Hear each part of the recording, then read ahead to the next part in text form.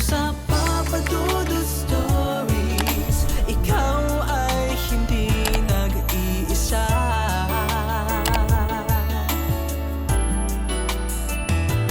Dito sa Papa Dudut Stories, may nagmamahal sa'yo. Papa Dudut Stories, Papa Dudut Papa Dudut. Sa lahat po ng mga nakatutok ngayon, huwag pong kalimutan mag-like, mag-share at mag-subscribe. Maraming salamat po sa inyong lahat.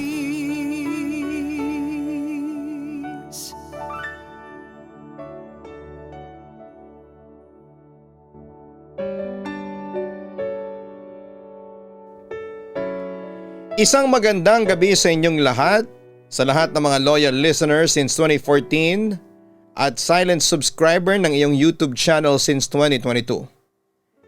Anyway, napapansin ko na tila horror ang madalas mong ina-upload sa iyong channel kaya nagpa siya kong i-share sa inyo ang aking naranasang kababalaghan na sabihin na nating bumago sa pananaw ko sa buhay.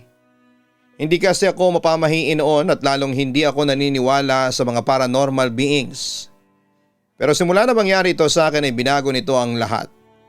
Siya nga pala, matagal na itong ikukwento ko sa inyo. Nangyari ito sa Baguio City noong college days ko. Hindi ko nababanggitin yung place dahil malapit kasi ito sa tourist attraction sa Baguio City.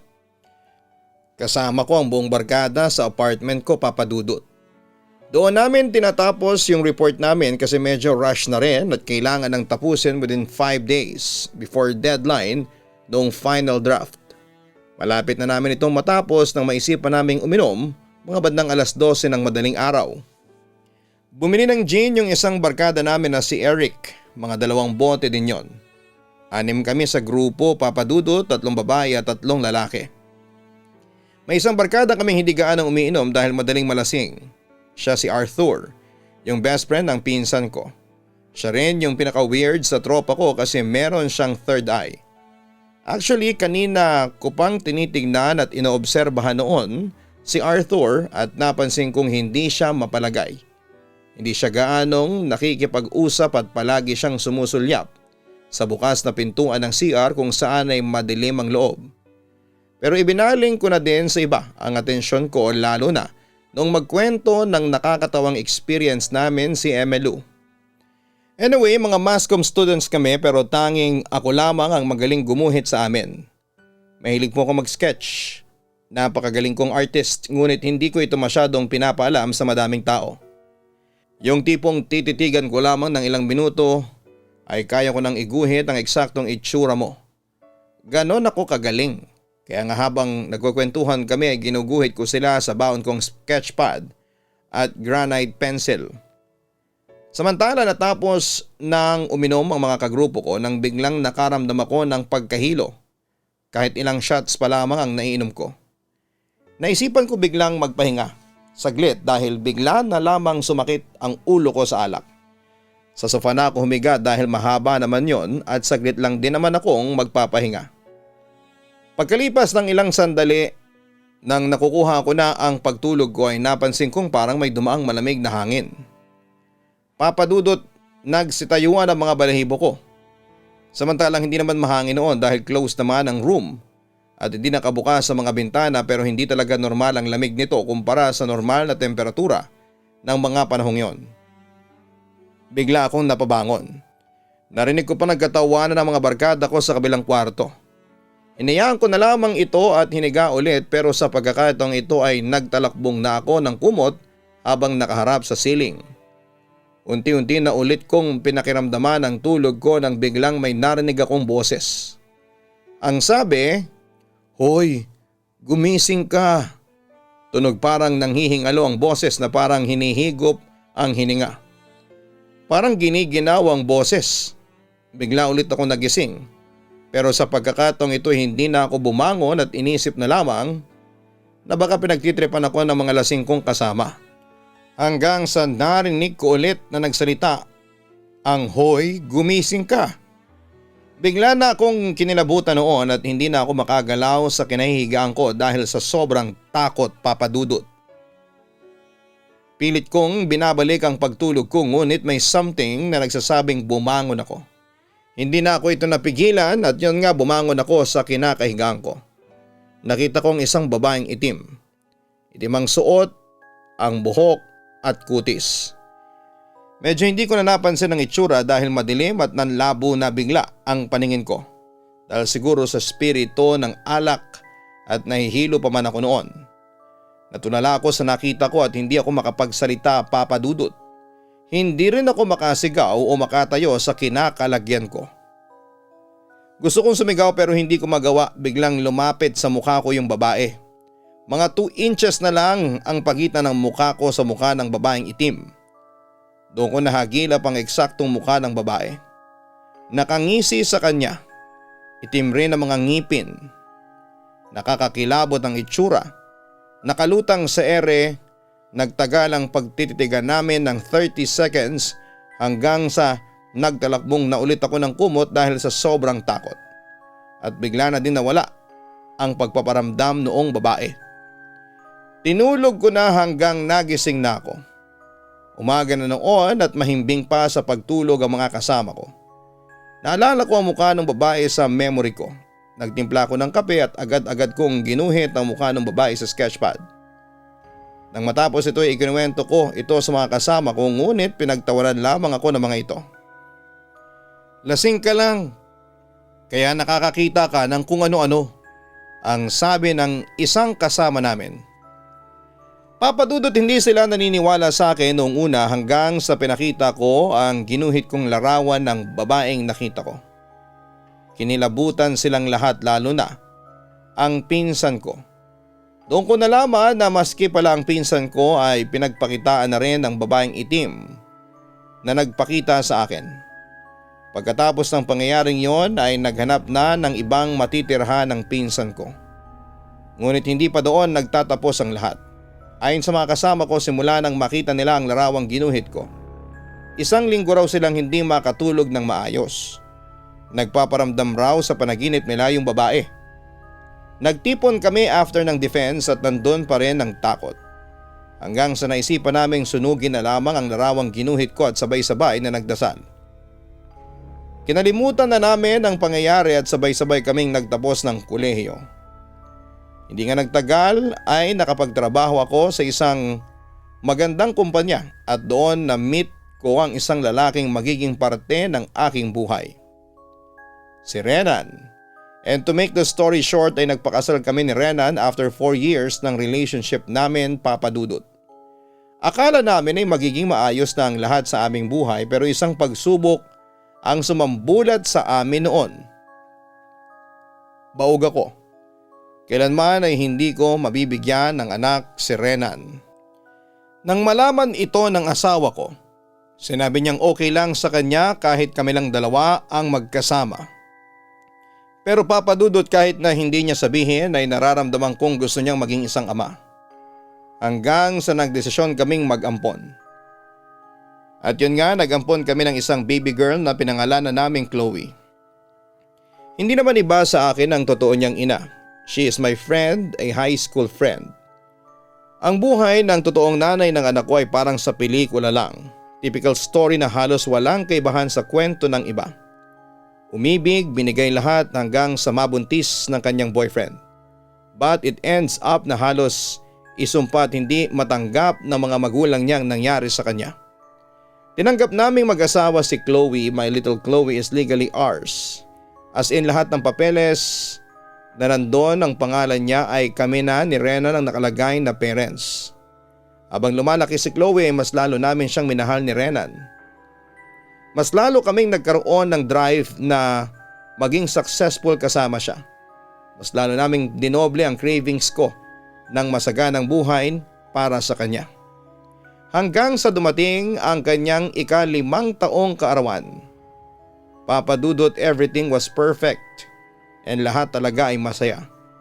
Ginanap namin ang birthday celebration niya sa Cebu kung saan doon kami nakabili ni Renan ng isang private property. That feeling na sobrang saya namin mag-asawa para sa kanya kahit na hindi naman talaga kami ang totoo niyang magulang. After the celebration, we decided na i-extend pa ang pagstay namin since holiday na rin naman. Gabi na at tapos na kaming mag-dinner noong time na yon. Kami mag-asawa at mga in-laws ko ay nagsalo-salo. Ako naman ilang minuto lang akong naging busy sa phone ko about sa work. Hindi ko na napansin na wala pala ang anak ko hanggang sa biglang nagtanong yung bayaw ko kung nasaan daw si Chloe. Ito na yung time na sobra kaming naalarma ni Renan. Lahat kami naghahanap sa kanya na imposibleng makalabas kasi sarado naman ang mga pinto. Nahalughog na namin yung buong bahay pero hindi namin nakita ang anak ko. Renan was panicking na rin that time. Then lahat kami napatigil nang makita namin na nakaupo si Chloe sa bench na nasa tapat ng bahay namin. Mag-isa lamang siya habang hawak niya yung color pencil niya. Tumatawa siya tapos nakatingin siya sa left side niya na parang may kinakausap. Nilapitan ko siya kaagad at niyaya ko siyang pumasok na. "Chloe, halika na, pasok na tayo sa loob," sabi ko noon sa kanya. Tumingin sa akin ang bata, Papa Dudut. "Mama, nagkukwentuhan pa po kami ni Rashida," sabi niya sa akin. Napaisip ako. Sino si Rashida, anak? Curious kong tanong. Pero hindi sinagot ni Chloe ang tanong ko at sa halip ay bumaling ito sa kawalan. As if may nakikita siya at kinakausap ito. "Rashida, bakit hindi ka magpakita kay mama?" tanong nito. Mamayang kaunti ay tumahimik ito as if nakikinig sa sinasabi sa kanya. Mamayang kaunti ay muli itong nagsalita na siyang kinabahala ko.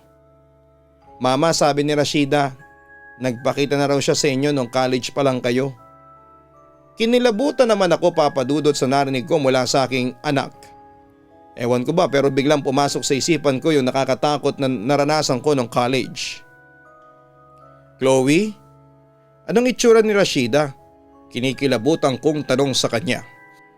Ang sabi po niya, nakita niyo na raw po siya. May timpo ang balat niya, nakasuot din po siya ng kulay itim. Sa puntong yun, Papa Dudut, ay natakot na ako kaya mabilis kong hinablot si Chloe. Nung una ay pumapalag pa ang bata at baka raw magalit si Rashida. Ang sabi ko naman ay hinahanap na siya ng papa niya. Nang marinig ni Chloe ang salitang papa ay hindi na siya pumalag pa. Papa's girl kasi itong anak namin. Papa Dudut, pagkatapos noon ay pinatulog ko na sa tabi naming mag-asawa si Chloe kasi ayaw ko siyang iwan sa kanyang kwarto. Hindi naman ako nakatulog noon habang paidlip-idlip lang si Renan. Hanggang sa magising ang asawa ko ng 1:00 ng madaling araw at napansin pa rin niyang dilat na dilat pa rin ang aking mga mata. "Han, may problema ka ba?" Concern niyang tanong sa akin. Bumaling naman ako kay Renan. Inisip ko lang yung sinasabi ni Chloe sa akin kanina. Kaya siya biglang nawala kasi meron daw siyang kaibigan na hindi natin nakikita.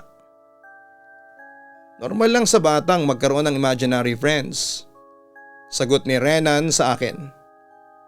"No, hindi niya imaginary friends si Rashida," sagot ko naman. "So Rashida yung name ng kaibigan ng anak natin?"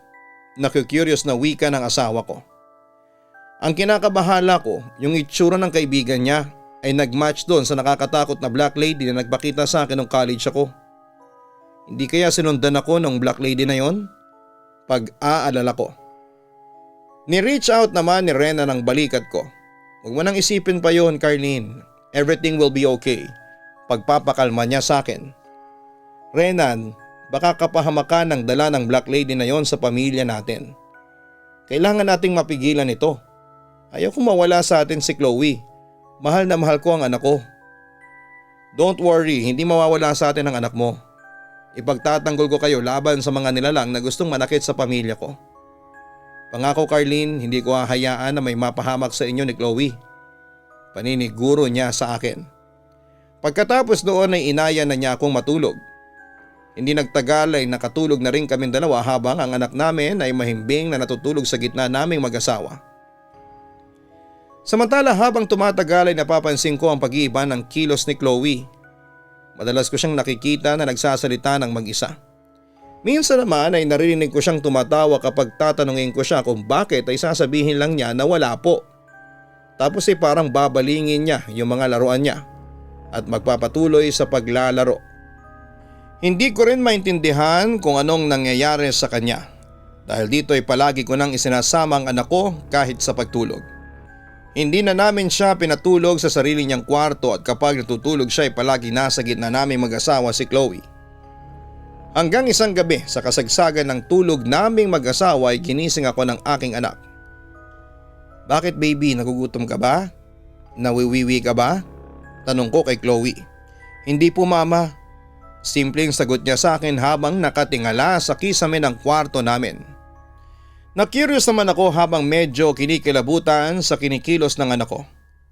"Sinong tinitingala mo dyan sa kisame natin?" Tanong ko. "Mama, gusto po akong isama ni Rashida," sagot ng bata sa akin. Dahil dito ay napabangon ako sa aming higaan.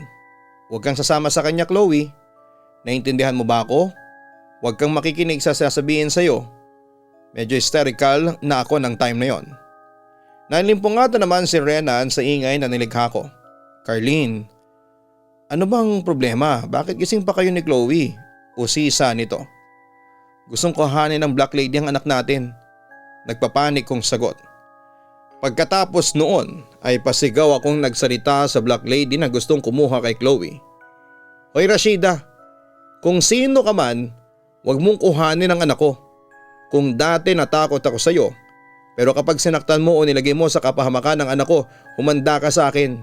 Nasang ka man, kahit nasa ang impyerno ka pa, susundan kitang demonyo ka at papatayin kita." Agad naman bumangon si Renan at lumapit sa akin para pakalmahin ako. "Tama na Carlene, tinatakot mo naman ang anak natin," sabi pa niya. Pero bumaling lamang ako sa bata. "Ano Chloe, nandito pa ba yung hayop na yan?" Tanong ko. "Opo mama, nakalutang po siya sa kama natin." Creepy na sagot pa ni Chloe. Sa galit ko ay kinuha ko ang unan at pinagbabato ko ang ibabaw ng kama namin, hoping na kahit na hindi ko nakikita ay natamaan ko ang Black Lady na gumagambala sa anak ko. "Mama, tama na po, nagagalit na po si Rashida." May takot na sa boses ng anak ko. Agad naman akong niyakap ni Renan para tumigil na ako sa tila pagwawala ko ng mga sandaling yon. Pagkatapos noon ay kinuha ko si Chloe at umiyak lamang ako ng umiyak habang niyayakap ang anak ko. "Ipangako mo sa akin anak, hindi ka sasama kay Rashida," ang sabi ko pa. "Opo mama, hindi po ako sasama sa kanya, pangako," kumakalmang sagot ng anak ko. Mamayang kaunti sinabi na niya sa aming mag-asawa na wala na yung Black Lady na si Rashida. Pagkatapos mahimasmasan ay lumabas muna kami ng kwarto dahil nakaramdam kami ng gutom. Kumain muna kami ng midnight snack at kahit mag-aalas 2 na ng madaling araw noon ay nagkaroon kami ng masayang bonding. Tapos ay doon na kami nakatulog sa sala hanggang alas 7 ng umaga. Samantala maghapon akong nasa kwarto that time since I'm working from home. Normal na sa akin na hindi ako nagpapaistorbo habang nagtatrabaho. Nasa work naman si Renan sa opisina kaya ako at si Chloe lang talaga ang nasa loob ng bahay. Anyway, lumalabas lang ako sa aking kwarto kapag gusto kong i-check ang anak ko. Nagulat na lamang ako na habang babad ako sa trabaho ay pumasok bigla si Chloe habang umiiyak. Imbis na sa akin siya dumiretso ay sa kama siya pumunta at doon umupo habang umiiyak. Ako naman ay nagtaka ako bigla. Iyak siya ng iyak tapos tinanong ko siya kung bakit at anong nangyari at ganito ganyan. Yung iyak niya ay parang hinahabol niya yung paghinga niya. Then sabi niya, "Rashida hurt me." Agad naman akong naalarma sa sinabi niya. "Anong ginawa niya sa'yo?" Galit kong tanong. "Pinalo po niya ako sa muka kasi ayaw ko pong sumama sa kanya," sagot nito. Napansin ko nga na namumula ang pisngi ng anak ko. Dahil doon ay nag-init talaga ang ulo ko. Pumunta ako sa kusina at kumuha ng kutsilyo at pasigaw-sigaw akong hinarap si Rashida. "Rashida, nasan ka? Magpakita ka sa akin, papatayin kitang muli, demonyo ka." Mamayang kaunti narinig ko ang pagtawa ng isang babae sa kwarto ng anak ko. Agad akong umakyat at pagbukas ko ng pinto ay nakita ko ang Black Lady na lumulutang malapit sa higaan ng anak ko. "Ano bang kailangan mo sa amin ha? Ano bang kasalanan ko sa iyo at ayaw mo kong tigilan?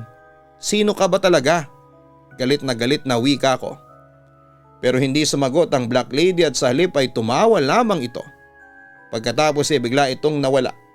Sinamantala ko naman ang pagkakataon at kinarga ko si Chloe palabas ng bahay namin at kahit na nakapangbahay lamang ako ay pumunta kaming dalawa sa loob ng simbahan at doon ay nakausap ko ang parish priest na nagkataon din ay isang exorcist. Ikinuwento ko sa pari ang naging experience namin ni Chloe.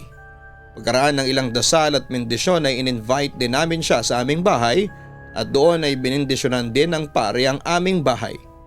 Nagsagawa din siya ng ilang ritual para daw ma-block ang pagpasok ng masasamang espiritu sa bahay. At makalipas ang ilang minuto ay masayang sinabi ng pari sa akin na wala na ang Black Lady. Sabi pa ng pari, isa raw itong masamang espiritu na napagkatuwaan ako nung college at sumama ito sa akin para higupin ang enerhiya ko. Kaya pala kapansin-pansin ang madalas kong panghihina simula noon. Pero ngayong may anak na raw ako ay ito naman daw ang target nito. Ngunit ginarantiya sa akin ng pare na hindi na raw yun mangyayari dahil may proteksyon na raw kami laban sa mga katulad ni Rashida na masasamang nilalang. At yun nga papadudot simula noon ay hindi na nagparamdam pa sa akin o kahit na sino sa pamilya ko ang Black Lady na yon. Bumuti na rin ang lagay ni Chloe at lumalaki na rin siya ng maayos. At may pinayo sa amin noon ng pare na siyang sinusunod namin hanggang ngayon, ang huwag mawala ng pananampalataya sa Panginoon. Palagi kaming nagdarasal lalo na kapag matutulog na. Regular din kami nagsisimba. Kaya lumaki si Chloe na relihiyosa at malapit sa ating Panginoon. Papadudot, ito lamang ang may babahagi ko sa iyo sa ngayon. Sana'y kapulutan ito ng aral at mapalakas ang faith natin kay God, ang siyang mabisang panlaban sa mga masasamang elemento o espiritu. Muli thank you and God bless sa inyong lahat. Lubos na gumagalang, Carlene.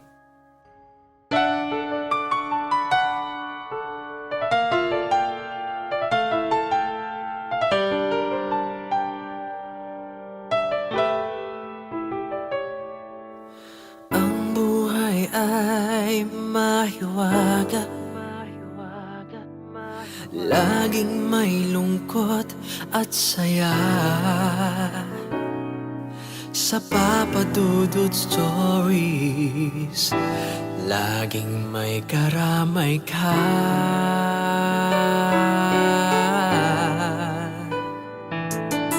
Mga problemang kay bigat, dito ay pakikinggan ka. Sa Papa Dudut Stories, kami ay iyong kasama. Dito sa Papa Dudut Stories, ikaw ay hindi nag-iisa.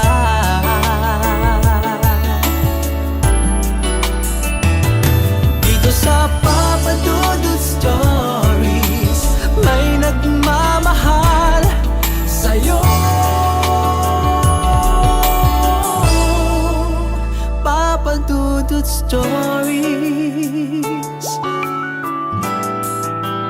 Papa Dudut Stories,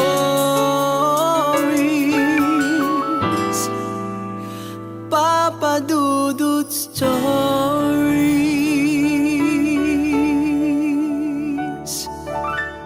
Hello mga ka-online, ako po ang inyong si Papa Dudut. Huwag kalimutan na mag-like, mag-share at mag-subscribe. Pindutin ang notification bell para mas maraming video ang mapanood ninyo. Maraming salamat po sa inyong walang sawang pagtitiwala.